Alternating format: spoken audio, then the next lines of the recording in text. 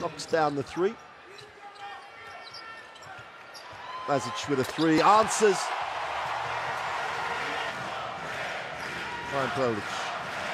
The inside extra pass, great movement, great ball movement. Selling into the half court, Slovenia have it. A whistle on the players. Popic again is the aggressor. Takes the drive lane, Kolom is there. He didn't move a lot, did he?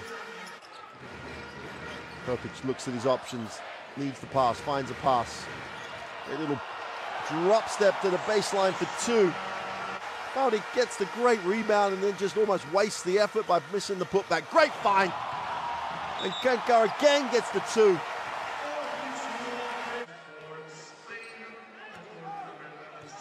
Kolom looking for options, tries to turn the corner, mishandles, turns it over.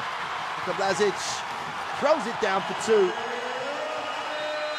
6-point game, 10. It could have got nasty in these last 2 minutes of the first half.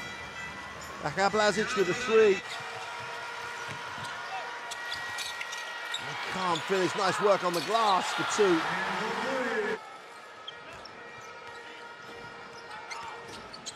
Nice look. Great movement away from the basketball, tremendous pass.